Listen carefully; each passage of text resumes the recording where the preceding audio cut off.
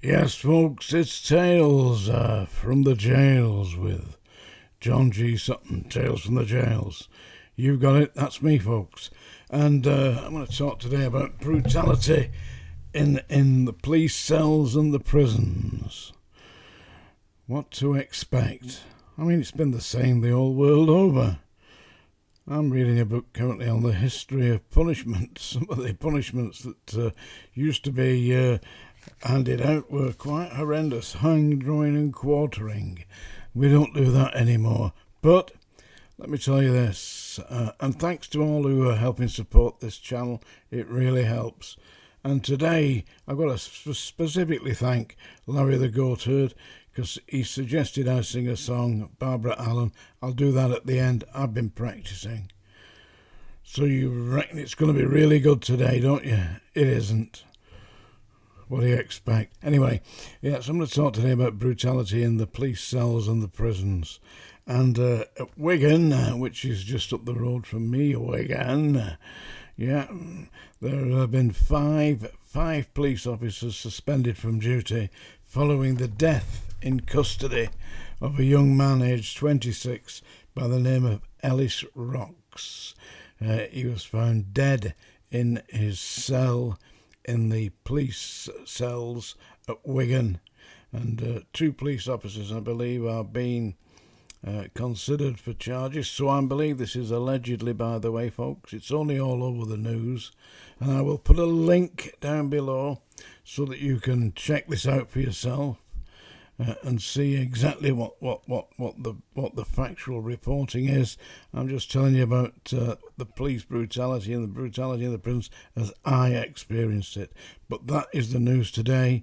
A young man died in custody in the police cells at Wigan. His name's Ellis Rocks, aged 26. There's currently an inquiry into that, and two police officers are suspected of injuring this man, who knows, and 5 police officers have been suspended from duty. What next? Make me back to the violence I witnessed when I was in the prisons, and there was one particular violent incident which many of you may be familiar with who have been watching the prisons for a long time. It was at HMP Winson Green, now called HMP Birmingham, in 1980, and the inmate was a man called Barry Prosser, who was aged 31, who was suffering from some kind of mental illness, I believe, but in the prison he was allegedly kicked to death. And 3 prison officers went on trial, charged with his murder. They were subsequently found not guilty, but were retried again, so they had 2 tries for murder, believe it or not. And one of those prison officers, I actually knew him. He seemed a very decent guy to me, but as I say, they were charged. That was the same kind of story. Inmate kicks off, possibly overreaction from the staff, and subsequent injuries amounting to death. I mean, when you're dealing with violent inmates, and listen, I've dealt with a countless number of violent inmates, you've got to be extremely careful. You've got to keep in mind what the objective is. And the objective is to get the man into a position where he is safe, he isn't going to injure himself or other people, or indeed injure you, and you do so using the minimum force necessary. That, in my opinion, and I've administered some physical interactions in my time, but that does not include kicking people around the floor or, generally speaking, applying extra force to their tender parts, which I have seen, by the way. I've seen it the other way around, of course. I was in a strip cell dealing with a very dangerous inmate, and we were about to forcibly inject him when quite out of nowhere, he got a hand loose and he grabbed my fellow officer's testicles and grabbed them so hard. He was screaming like that. I mean, it was very difficult to get the man off. I didn't kick him. I didn't smash him in the head. I applied restrictions to his neck, like through a grip. And that persuaded him to let loose. But I tell you, my friend was ill for about a week after that. Well, he was a friend, he was a colleague of mine.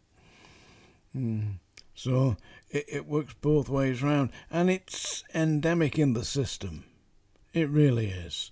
My father was a CID police inspector. And this is God's honest truth, this. My sister, who was aged about 14, 15 at the time, was walking home from the town of Lee to where we lived. We lived just outside in a place called Pennington. Oh, and she was walking home there, and a guy stopped his car, jumped out and tried to drag her in. What he had in mind, well, you can leave that to your imagination, can't you? But my sister, who was quite a tasty piece of work in her own right, fought him off, and she got his registration number, and she ran home, and my father was in, because he should be about 6 o'clock at night, I suppose, and she gave him the telephone number, told him what had happened. He got 3 police cars out, went up to this guy's house, snatched him, took him to the police station, and in the police station, my father took a statement from him, and he said, right, you've got a choice here. I can charge you with attempted abduction, kidnapping, and potential physical molestation, and you can go before the courts, and that'll completely ruin your life. He said, but I'll give you a choice. You can have that, or you can have a beating. Seriously, my dad was a bloody character. So the fella said, well, I'll have the beating. So we got a couple of detectives to take him down to one of the cells. And that's exactly what happened. The guy got the best beating he'd ever had in his whole life. And then they took him back and threw him onto the lawn of the front of his house. Yeah, I mean, I know I'm laughing, it's cruel, but I mean, that's the way it was in them days. Anybody who's seen the TV series Life on Mars, there's a guy in there played by Philip Glenister, who plays the inspector in the police. Yeah, I think they based that on my dad. But it isn't funny when people are seriously injured, and it's so easily done. Don't think, I mean, some of these jailers back then, they were big bastards. You get somebody, boom, stick it on you, and then they go down, but then kick them. You can seriously injure somebody. Even on the cobbles, I never kicked anybody.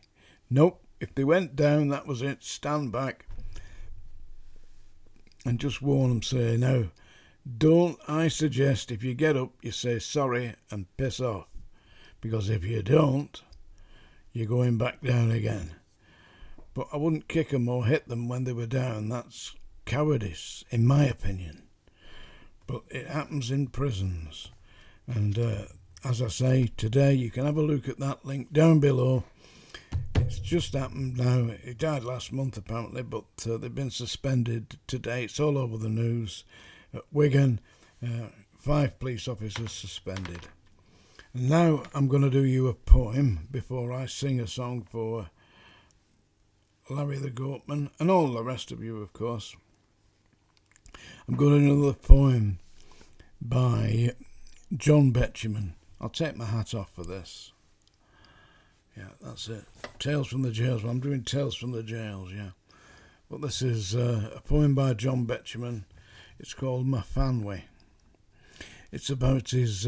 he came from a rather posh family, you know, John Betjeman. We had a couple of friends in common, Colin Wilson, the author, and Professor Joe Cooper, who were both good buddies of mine. And they were also friends with John Betjeman. I'll read you the poem that I wrote about Colin Wilson, which was started by John Betjeman in Colin Wilson's house at Goran Haven in Cornwall. And Colin gave it to me. He said, "Here, John Betjeman didn't finish this, but you can do it." So I did it. I'll read it to you. It's called Tether Down. But for today, we've got Mafanway by John Betjeman. Kind o'er the Kinderbank leans my Mafanway, white o'er the playpen the sheen of her dress, fresh from the bathroom and soft in the nursery, soap-scented fingers I long to caress. Were you a prefect and head of your dormitory? Were you a hockey girl, tennis or gym? Who was your favourite? Who had a crush on you? Which were the baths where they taught you to swim? Smooth down the avenue glitters the bicycle, black stocking legs under navy blue serge. Home and colonial, Star International, balancing bicycle lent on the verge. Trace me your wheel tracks, you fortunate bicycle, out of the shopping and into the dark, back down the avenue, back to the potting shed, back to the house on the fringe of the park. Golden the light on the locks of Mafanway, golden the light on the book on her knee, finger-marked pages of Rackham's Hans Andersen. Time for the children to come down to tea. Oh, Fuller's Angel Cake, Robertson's Marmalade, Liberty Lampshade, come, shine on us all. My, what a spread for the friends of Mafanway, some in the alcove and some in the hall. Then what sardines in half-lighted passages, locking of fingers in long hide and seek. You will protect me, my silken Mafanway. Ringleader, tomboy, and chum to the weak. That was Mafanway by John Betjeman. And when he talks of Rackham's Hans Andersen, Rackham was an illustrator, and he illustrated the stories of Hans Christian Andersen. Liberty lampshades, the famous lampshades that used to be sold by Liberties of London. Of course, Robertson's Marmalade, we all know that. And now it's that time of day, folks. I better warn you all. That's the song dinger. You've got it. You've got the song dinger there. And I've got the goat. Goat, you're going to listen to me singing a song requested by your master, Larry the Goatherd. And we're going to tell me at the end of it what you think of this beautiful rendition of an English folk ballad, Barbara Allen, as requested by Larry. 'Twas in the merry month of May, when green buds all were swelling, sweet William on his deathbed lay, for love of Barbara Allen.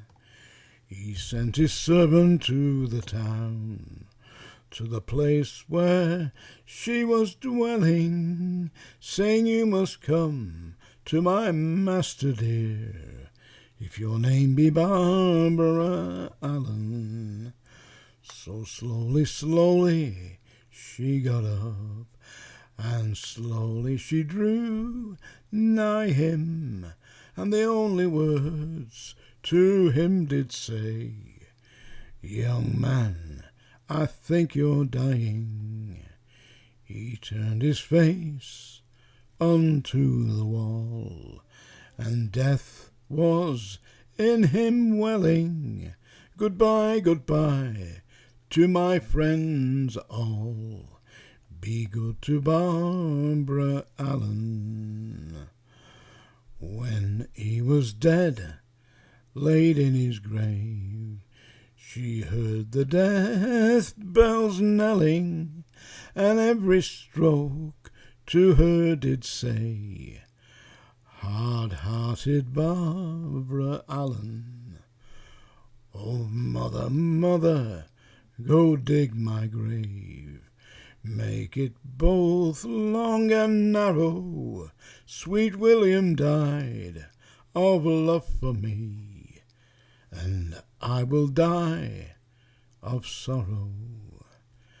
And father, father, go dig my grave, make it both long and narrow. Sweet William died on yesterday, and I will die tomorrow. Barbara Allen was buried in the old churchyard. Sweet William was buried beside her. Out of Sweet William's heart there grew a rose. Out of Barbara Allen's a briar. They grew and grew in the old churchyard, till they could grow no higher. At the end they formed a true lover's knot, and the rose grew round the briar. Well, I gave it my best shot, and what we've got to do now is get an opinion. What did you think, Goaty Goaty, Larry the Goatherd's goat? I thought so, you ungrateful, smelly old goat. I hope you enjoyed that, folks. Tales from the jails, comments and all the rest.